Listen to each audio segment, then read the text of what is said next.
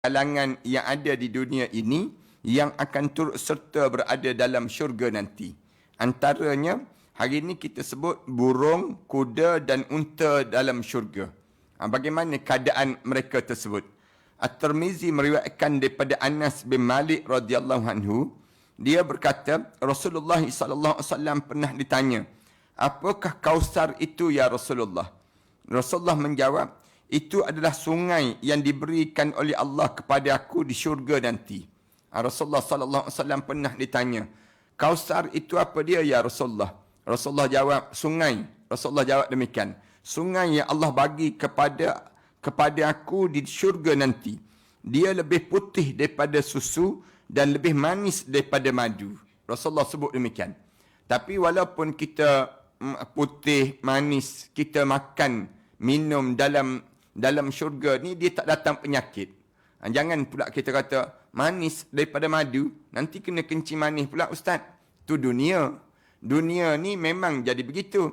Tapi bila kita berada dalam syurga Allah Subhanahu Wa Taala, tak ada lagi dah yang disebut dengan apa dia? Penyakit dalam syurga Allah. Di sana Rasulullah sebut terdapat burung yang lehernya seperti leher unta. Rasulullah sebut demikian. Ada burung yang dalam syurga Allah leher dia seperti leher unta. Umar kemudian berkata, ini adalah burung unta. Rasulullah sallallahu alaihi wasallam menjawab, makannya lebih nikmat daripada itu. Rasulullah sebut demikian. Kita makan dia tu lebih nikmat daripada yang digambarkan itu. At-Tirmizi mengatakan bahawa hadis ini adalah hadis hasan. Maksudnya dalam syurga nanti ada burung. Burung yang disebut, katanya Sayyidina Umar, ini burung unta. Gambaran yang ada tu lah. Tapi Rasulullah menjawab, makan dia lebih nikmat daripada itu. Daripada nikmat yang ada sekarang ni lah. Jangan pula kita samakan di antara nikmat makan daging unta, burung unta di dunia ini dengan yang berada dalam syurga Allah. Tak sama. As-Sa'labi meriwayatkan daripada hadis Abu Darda bahawa Rasulullah sallallahu alaihi wasallam bersabda. Rasulullah sebut, sesungguhnya di syurga ada burung seperti leher unta yang berbaris pada tangan wali Allah. Berbaris maknanya sedang beratur je nak ambil makanan daripada tangan-tangan wali Allah. Wali Allah tu maknanya kita pohon, mudah-mudahan kita lah Allah pilih kita ni di kalangan orang-orang yang dipilih oleh Allah Subhanahu Wa Taala. Salah satu daripada mereka berkata, wahai wali Allah, aku dipelihara di padang rumput syurga di bawah arasy Allah. Aku minum daripada mata air tasnim. Mata air tasnim dipanggil demikian dalam syurga Allah Subhanahu Wa Taala. Dan katanya binatang itu bagi tahu pada orang-orang ahli syurga ini yang menjadi wali-wali Allah. Dia panggil ahli syurga ni, maknanya di kalangan wali-wali Allah. Maka makanlah aku, katanya burung tersebut. Mereka akan merasa gembira berada pada tangan wali itu, sehingga terdetik di dalam hatinya untuk memakan salah satu daripada gerombolan burung itu. Tertunduk di tangannya dengan berbagai jenis warna. Maka dia memakannya mengikut seleranya. Cara makan dalam syurga Allah itu ikut selera. Kita nak rasa nak makan daging burung ni lah. Misal contohnya, nak rasa apa dia? Rasa tom yum. Dapat rasa tom yum. Nak gulai, misal contohnya, kita nak gulai masak lemak, boleh. Nak buat apa dia? Dalam syurga tu, ikut selera kita. Dalam syurga Allah Subhanahu Wa Taala. Apabila dia sudah kenyang, maka tulang belulang burung itu berkumpul kembali. Bila kenyang je, tulang belulang burung itu berkumpul kembali. Kemudian terbang bebas di syurga mengikut keinginannya. Allahu Akbar. Tak boleh nak dibayang lah macam mana sedapnya, macam mana seronoknya berada dalam syurga Allah. Umar berkata, wahai Nabi Allah, ia sesungguhnya merupakan suatu kenikmatan. Sayyidina Umar kata, Allah, sedapnya, seronoknya ya Rasulullah. Katanya Sayyidina Umar bila dengar Rasulullah cerita keadaan demikian, Rasulullah menjawab, memakannya tentu lebih seronok lagi. Rasulullah sallallahu alaihi wasallam sebut demikian. Makan daging burung ini jauh lebih sedap lagi. daripada keadaan yang kita rasa demikian. At-Tirmizi meriwayatkan daripada Sulaiman bin Buraidah daripada ayahnya bahawa seorang lelaki datang pada Rasulullah sallallahu alaihi wasallam dan bertanya, "Wahai Rasulullah, adakah di syurga nanti terdapat kuda ya Rasulullah?" Sahabat-sahabat tanya, "Ya Rasulullah, dalam syurga nanti ada kuda ke ya Rasulullah?" Nabi menjawab, "Jika Allah Ta'ala memasukkan kamu ke dalam syurga, maka kamu pasti mahu agar dibawa oleh kuda yang berasal daripada yakut warna merah." Rasulullah sallallahu alaihi wasallam sebut demikian. Kalau kamu dapat masuk dalam syurga, Rasulullah sebut, kamu mesti nak naik kuda yang diperbuat daripada permata-permata yang warna merah. Dan kamu bebas terbang dengan dia ke mana pun kamu suka. Rasulullah sallallahu alaihi wasallam sebut demikian. Dalam syurga tu cantik, kamu boleh terbang dengan kuda tu boleh terbang dalam syurga, kecuali kamu tidak mahu melakukan perkara tersebut. Kamu bebas nak pergi ke mana pun dengan kuda dalam syurga Allah Subhanahu Wa Taala ni, kamu boleh terbang ke mana pun kamu nak pergi. Lelaki itu berkata lagi, "Wahai Rasulullah," tanya lagi Rasulullah, "Ya Rasulullah, adakah di syurga nanti terdapat unta pula ya Rasulullah?" Kuda kami faham, unta. Nabi menjawab, "Sesungguhnya jika Allah Ta'ala memasukkan kamu ke dalam syurga, maka kamu akan memiliki apa yang disukai oleh jiwa dan mata kamu." Rasulullah sebut, yang penting masuk syurga dulu. Masuk syurga dulu. Kalau kamu masuk dalam syurga, ikut kamu je. Kamu nak apa dia? Kamu nak unta, maka keluarlah unta. Nak kambing, keluarlah kambing. Nak sebut binatang dalam syurga tu, ikut kamu rasa.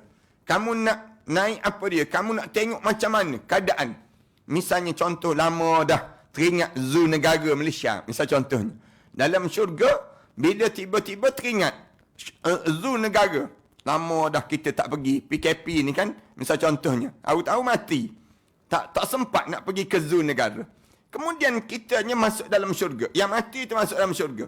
Teringat nak tengok binatang-binatang dalam zoo negara. Nampak ke tak nampak? Allah tunjukkan semua keadaan-keadaan binatang-binatang yang kita kendaki di jiwa kita pada mata kita. Diriwayatkan oleh Muslim daripada Abu Mas'ud Al-Ansari, dia berkata seorang lelaki datang dengan seekor unta yang dikekang dan dia berkata, "Ini untuk perjuangan pada jalan Allah." Zaman Rasulullah sallallahu alaihi wasallam lah, datang seorang lelaki, dia bagi pada Rasulullah, "Ya Rasulullah, ini aku wakafkan untuk perjuangan Islam."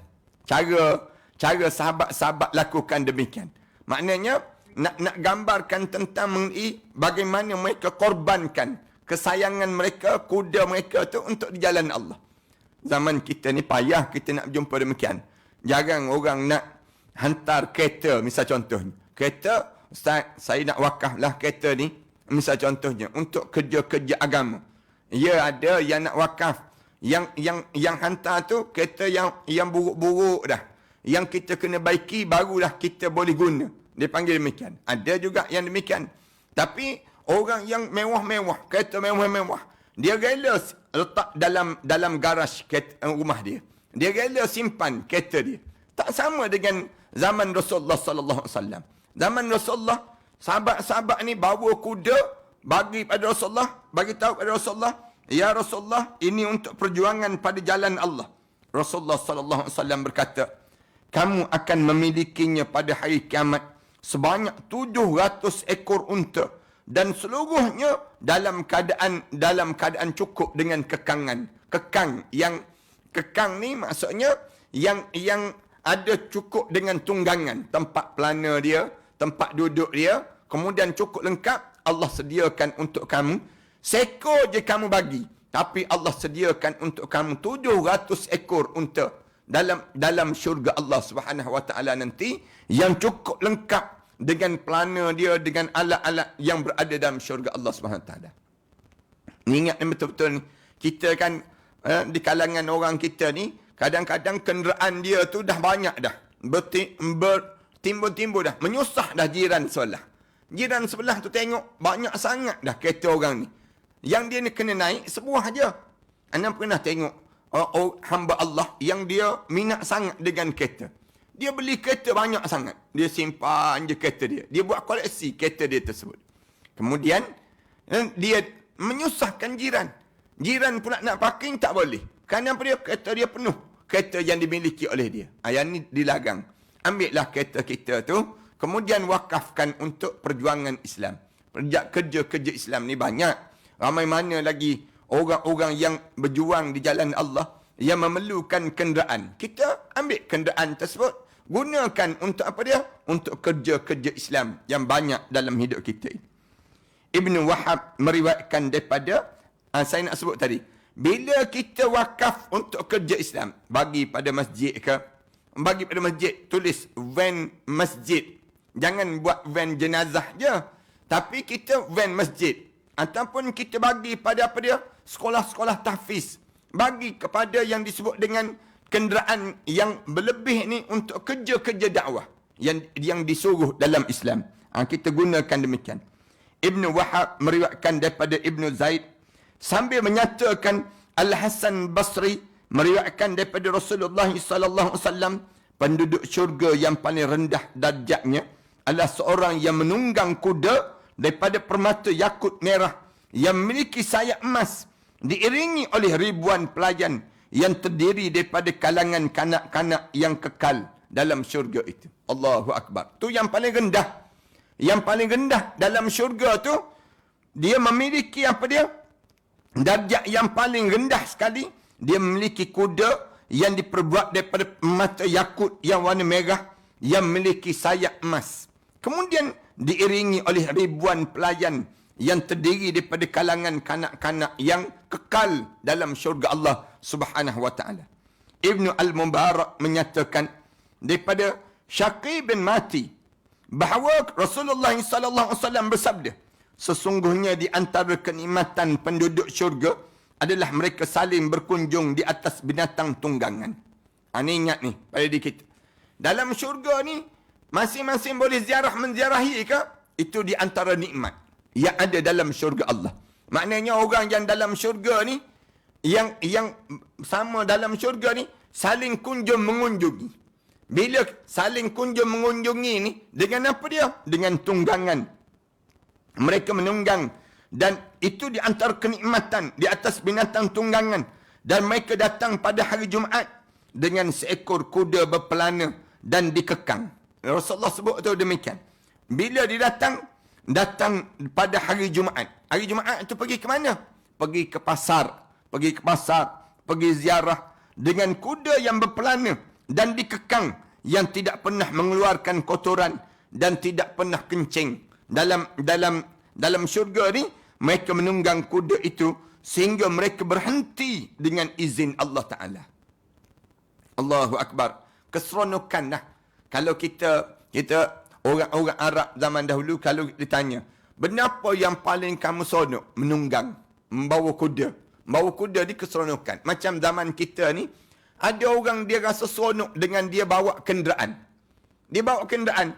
Bila dia bawa kereta je, seronok dia. Dia enjoy dengan dia bawa kenderaan. Sebutlah nak ke mana. Dia akan bawa. Maksudnya, dia seronok dengan dia bawa kenderaan ini. Demikian juga yang disebut dengan ahli syurga. Dalam benda yang nikmat dalam syurga ni, salah satunya menunggang. Menunggang apa dia? Menunggang kuda dalam syurga pada hari Jumaat. Setiap hari Jumaat, mereka berpelana dan mereka ziarah di antara satu sama lain. Daripada Ikrimah, daripada Ibn Abbas. Dia menyatakan kenderaan ahli syurga, kemudian menyatakan ayat, wa idza ra'aita samma ra'aita na'iman wa mulkan kabira. Dan apabila kamu melihat keadaan di dalam syurga Allah, nescaya kamu akan melihat pelbagai macam kenikmatan dan kerajaan yang hebat dan juga besar. Allah Subhanahu wa taala jadi wa mulkan kabira, kerajaan yang hebat dalam syurga Allah. Kalau kamu nampak saja dalam syurga, bila kamu tengok dalam syurga, ra'aita na'iman. Kamu tengok semua benda-benda yang menikmati. Nikmat dalam syurga Allah Subhanahu wa taala. Kita sebut macam ni, Rasulullah sebut begini ni dengan tujuan nak bagi semangat pada diri kita. Jangan resah, jangan gelisah. Bila kita ni diuji dengan ujian sepanjang kita hidup di atas dunia. Kerana Bila kita menghadap depan Allah Subhanahu Wa Taala nanti, kita akan rasa nikmat yang berterusan dalam hidup kita. Nikmat ra'aita na'iman wa mulkan kabira, dan kamu akan dapati kerajaan yang paling hebat dan paling agung yang dimiliki oleh Allah Subhanahu Wa Taala. Diceritakan oleh Abdullah bin Al-Mubarak bahawa dia sedang pergi untuk berperang. Lalu dia melihat seorang lelaki dalam keadaan bersedih dengan kematian kudanya. Dan dia sentiasa dalam keadaan begitu.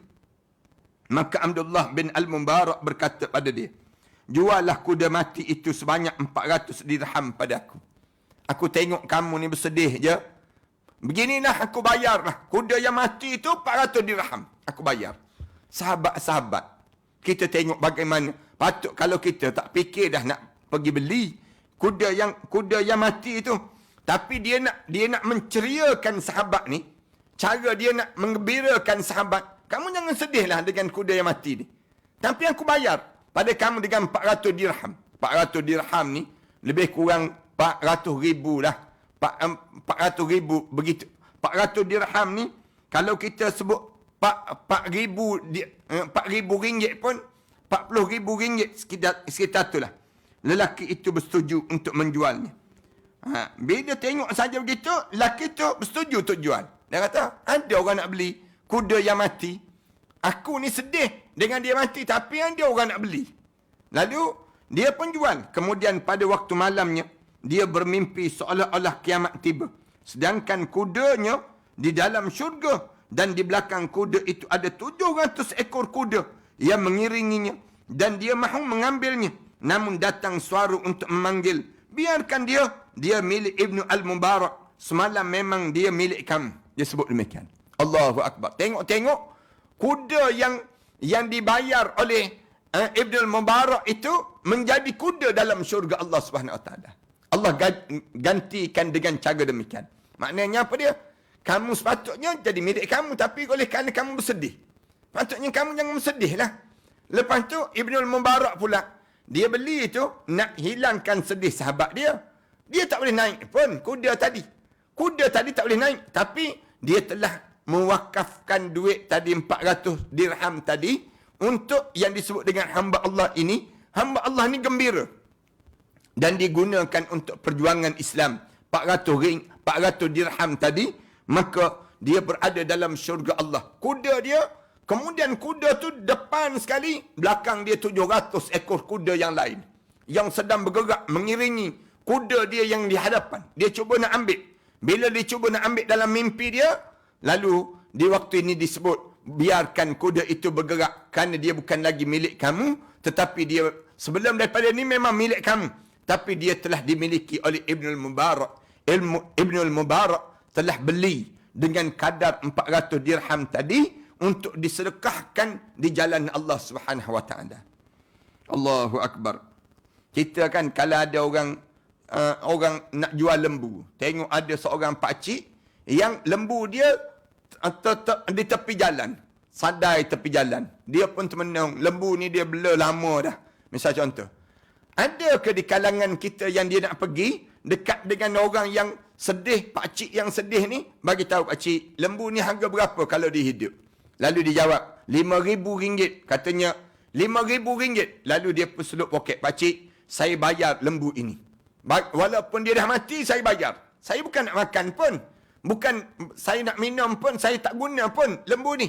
Tapi saya nak suruh pakcik rasa lega daripada kematian lembu tadi. Allah balas di akhirat nanti. Allah balas. Pahala dia dapat apa dia? Dia dapat balik dalam syurga Allah Subhanahu Wa Taala ganjaran yang dilakukan ini sendiri. Allahu Akbar. Lelaki itu setuju dan dia menjadi milik Ibnu Al-Mubarak itu sendiri. Ketika waktu mana pagi tiba, lelaki itu datang pada Ibnu Al-Mubarak untuk membatalkan jual beli kuda itu. Bila pagi keesokan hari, dia pergi berjumpa dengan hamba Allah tadi. Tetapi Ibnu Al-Mubarak berkata, mengapa lelaki itu menceritakan kepadanya apa yang dia lihat dalam mimpinya? Ibnu Al-Mubarak berkata, pergilah.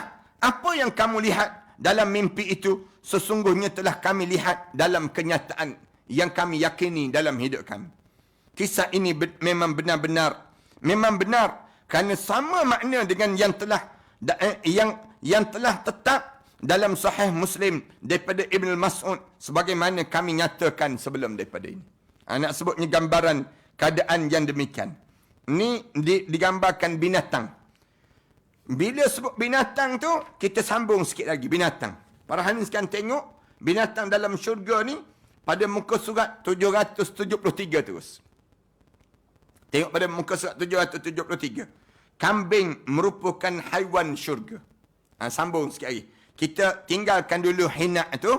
Hinak ni maknanya inai. Inai sebagai ketua tumbuhan syurga.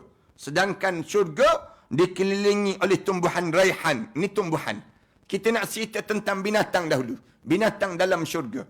Disebut lagi Ibnul Majah daripada Ibnu Umar daripada Rasulullah sallallahu alaihi wasallam, baginda bersabda, kambing merupakan haiwan syurga. Kambing ni haiwan syurga. Disebut demikian. Kita ni kalau sebut kambing, setengah orang sebut lagi kambing je tumbang terus. Pengsan terus dia. Tak boleh. Kambing naik darah, dia sebut demikian. Naik darah. Tak boleh makan, dia sebut demikian. Disebut kambing ni merupakan haiwan syurga. Dalam Al-Bazzar daripada Abu Hurairah daripada Rasulullah sallallahu alaihi wasallam bersabda, layanlah dengan baik ma'zi, kambing kampung ataupun baka kacang dan buang rasa untuk menyakitinya. Rasulullah sallallahu alaihi wasallam pesan demikian. Rasulullah kata, berbuat baiklah kepada kambing kampung tu. Kambing-kambing tu jangan buat kasar, jangan baling dengan batu, jangan baling dia, jangan halau dia. Berbuat baik pada kambing. Layanlah ma'zi dengan baik dan buanglah rasa untuk menyakitinya, kerana ia merupakan haiwan syurga. Rasulullah sebut demikian. Kambing-kambing kita pergi berjalan kat kampung tu, kadang-kadang tengok ada kambing kecil-kecil. Geram kita nampak. Geram nak rempuh je. Geram nak langgar dia je. Kita yang rasa demikian. Tapi tak, Rasulullah kata, berbuat baiklah pada kambing-kambing ini. Kerana dia di antara haiwan yang berada dalam syurga Allah Subhanahu Wa Taala. Allah, kalau kambing boleh masuk syurga, perhatikan yang Rasulullah sebut. Kita ni bukan kambing, kita ni. Kalau tak masuk syurga juga, memang teruk daripada kambing, dia panggil. Kita ni, kalau kambing boleh berada dalam syurga, bayangkan. Kambing, Rasulullah kata berbuat baik. Dengan kambing kamu berbuat baik, kerana dia haiwan syurga. Dia haiwan yang berada dalam syurga. Bayangkan dengan orang, lebih lagi lah kita kena berbuat baik. Kalau sekadar dengan kambing kampung itu pun Rasulullah suruh kita berbuat baik, kerana dia di antara kambing-kambing yang berada dalam syurga nanti. Rasulullah gambarkan demikian, mengapa kita berbuat kasar dengan sesama makhluk manusia. Kalau dengan kambing pun Rasulullah suruh berbuat baik, kerana dia di antara ahli syurga, maka kita ni sebaik-baiknya memuliakan lagi manusia. Sesama kita ni kena berbuat baik. Bahkan kerana apa dia? Kerana kita lebih layak berada dalam syurga dibandingkan dengan kambing tu. Sebab tu kalau tak boleh masuk syurga juga, memang jahat daripada kambing kita. Maknanya kambing pun boleh masuk syurga. Tak semayang. Kambing harap pada janggut je dipanggil. Ada janggut je pada diri dia, pada kambing. Tapi dalam keadaan begitu, Rasulullah kata, dia di antara haiwan yang berada dalam syurga. Firman Allah Ta'ala, وَفَدَيْنَاهُ بِذِبْحٍ عَظِيمٍ. Dan kami tebus anak Ismail itu dengan seekor sembelihan yang besar. Kami tebuskan. Kambing tersebut disifatkan besar kerana ia dipelihara di syurga selama 40 tahun yang dijadikan untuk sembelihan yang disebut dengan sembelihan Nabi Ibrahim dan juga Nabi Ismail tadi. Hadis ini daripada Ibnu Abbas radhiyallahu anhu yang cerita keadaan yang demikian. Kemudian kita sambung lagi yang berada dalam syurga. Habislah binatang yang disebut gambaran syurga. Kemudian kita sebut tumbuh-tumbuhan dalam syurga pula. Di sana adanya yang disebut dengan hinak. Hinak ni maknanya inai. Inai itu, pohon inai itu, ni sebagai ketua tumbuhan dalam syurga. Ketua tumbuhan dalam syurga. Sedangkan syurga dikelilingi oleh tumbuhan raihan yang wangi. Itu cara demikian. Daripada Ibnul Mubarak, daripada Qatadah, daripada Abu Ayyub, daripada Abdullah bin Umar, dia berkata, hina adalah ketua tumbuhan wangi syurga dan di dalamnya terdapat kuda yang lehernya panjang. Kuda yang lehernya panjang dan binatang pilihan yang ditunggangi oleh tuannya. Nak sebutnya demikian. Hina ketua tumbuhan wangi dalam syurga yang terdapat di dalamnya kuda yang lehernya panjang. Macam manalah pohon tersebut? Dalam pohon itu, dalam pokok itu ada kuda yang leher panjang dan binatang pilihan yang ditunggangi oleh tuannya pula. Telah diterangkan oleh Abu Hurairah dalam hadis mauquf yang menyatakan bahawa pohon tuba akan terbelah dengan mengeluarkan kuda beserta pelana dan kendalinya serta segala keperluan penunggangnya, sedangkan bentuk sesuai dengan hamba tersebut. Lalu terbelah pula lah ia dengan mengeluarkan unta tunggangan lengkap dengan pelana dan kendalinya, sedangkan bentuk sesuai dengan kehendak hambanya. Juga keluar daripada pohon itu berapa tunggangan pilihan dan juga pakaian. Hadis yang diriwayatkan oleh Ibn Mubarak daripada Ma'mar, daripada Al-Ash'ad bin Abdullah, daripada Sahir bin Hausyah yang menceritakan keadaan demikian. Ini gambaran yang Allah jadikan. Abu Bakar Ahmad bin Ali bin Thabit menyatakan daripada hadis Sa'id bin Man'an Al-Madani, daripada Malik bin Anas, daripada Nafi', daripada Ibn Umar, bahawa Rasulullah sallallahu alaihi wasallam bersabda, ketika Allah menciptakan syurga, Allah memenuhkan syurga dengan tumbuhan wangian. Bila Allah buat saja syurga, Rasulullah sallallahu alaihi wasallam cerita, Allah tumbuhkan yang disebut dengan pohon wangi-wangian dalam syurga. Kemudian tumbuhan wangian itu dikelilingi dengan hina. Dikelilingi dengan hina. Allah tidak menciptakan pohon wangi yang amat dia sukai, melainkan batang kayu hina. Oleh yang demikian, orang yang berinai dengan hina, para malaikat langit akan berdoa untuknya bila dia berjalan, sedangkan bumi memujinya. Itu asalnya. Kenapa yang dulu-dulu kan mak-mak kita ni, dia akan malam-malam je diinaikan tangan anak-anak perempuan dia. Anak perempuan. Kenapa diinaikan tersebut? Berdasar pada hadis ni lah. Malaikat di langit akan berdoa untuk dia. Kerana apa dia? Pohon inai itu, pohon inai tersebut menjadi ketua di dalam syurga Allah Subhanahu Wa Taala. Yang menyebabkan siapa yang memakai inai, dia pakai inai pada jari dia tersebut, maka akan didoakan di langit oleh para malaikat dan berdoa untuk dia berjalan, sedangkan bumi sibuk memuji orang yang memakai inai. Orang kita dia pakai inai bila nak kahwin je. Kalau dah kahwin, dia tak pakai dah inai. Dia malu dah nak pakai. Takut dia, orang kata dia baru kahwin pula. Itu dia jadi demikian. Padahal, jangan tunggu nak kahwin je pakai inai. Orang perempuan disunatkan dia, digalakkan dia untuk pakai inai. Cantikkan jari dia dengan demikian. Ni jari pergi untuk nak suruh orang potong. Dia panggil apa dia? Dia ada satu jenis. Satu tempat yang orang potong jari-jari, potong kuku-kuku dia. Nak bersihkan kuku dan nak cantik. Nak biar berkilat kuku dia. Padahal yang patut dia buat ialah menginaikan jari dia. Bila dia menginaikan jari dia, di sana malaikat di langit akan berdoa untuk dia, manakala bumi akan memuji setiap kali mana dia berjalan dengan dia berinai itu tadi. Kenapa buat demikian? Kerana inai ini merupakan ketua kepada tumbuhan di dalam syurga Allah Subhanahu Wa Taala. Itu cara demikian. Kak Salwa boleh pakai. Jangan Kak Salwa tak pakai pula lepas pada ni. Bolehlah nak pakai lepas pada ni. Maknanya pada diri kita ni pakai. Kalaupun kita tahu besok, lusa kita nak mati, pakai inai. Sunat pada diri kita demikian. Manakala orang lelaki disunatkan untuk dia bercelak. Celak mata dia ni, bercelak mata dia ni. Pakai celak. Ni ada sebab juga depan nanti kita akan sebut.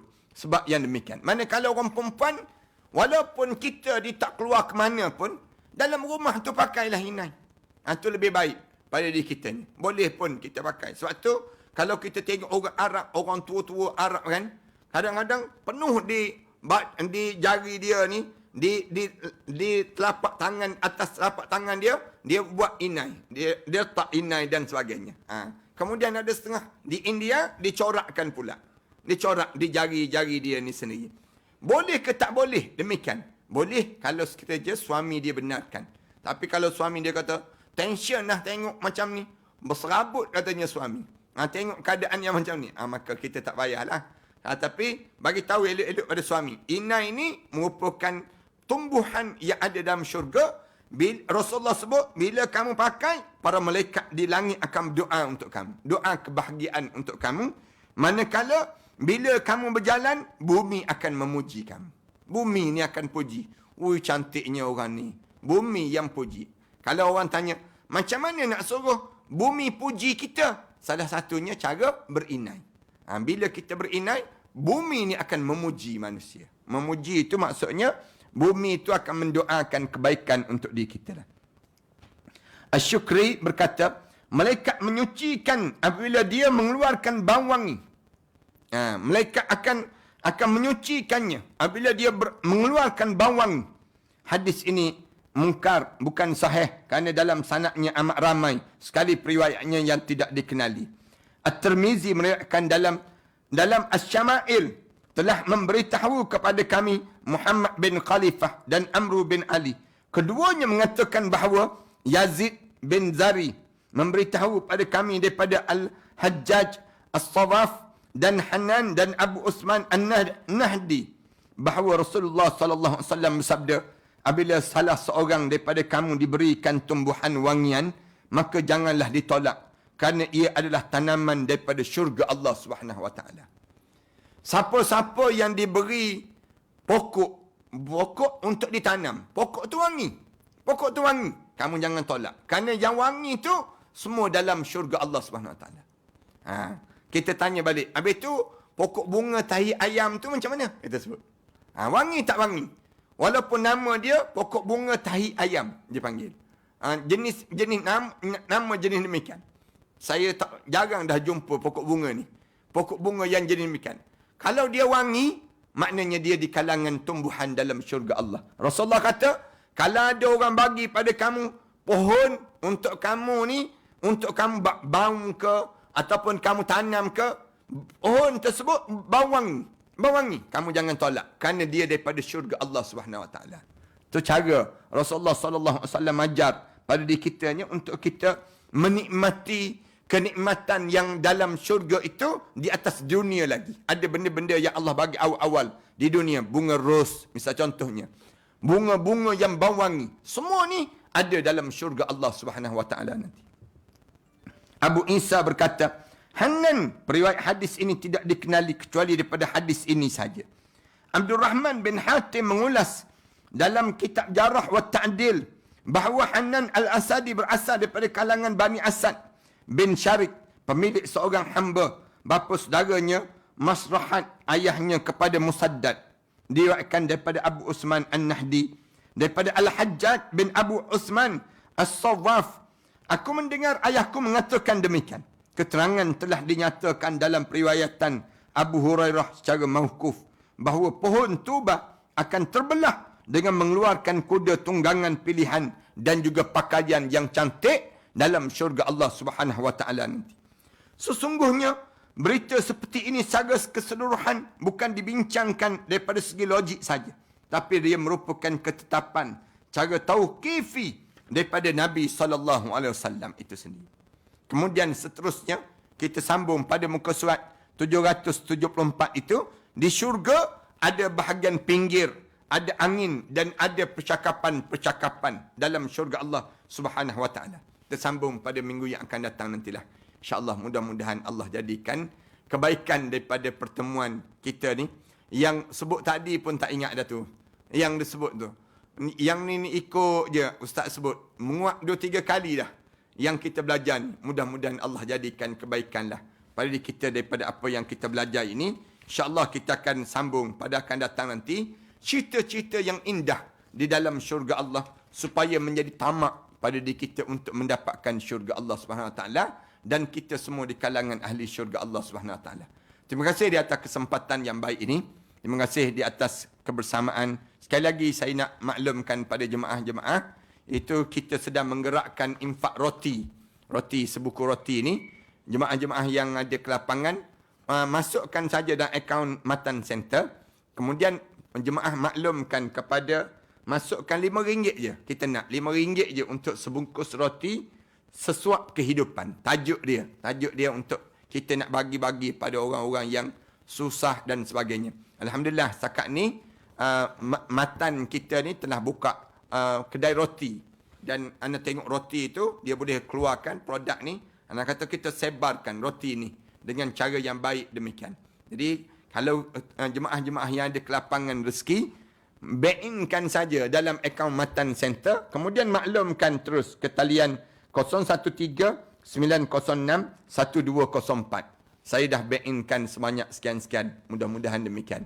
Nanti adalah balasan yang akan, bukan dapat roti balik, tak. Tapi dapat yang disebut dengan pahala-pahala yang baik yang Allah sediakan untuk diri kita.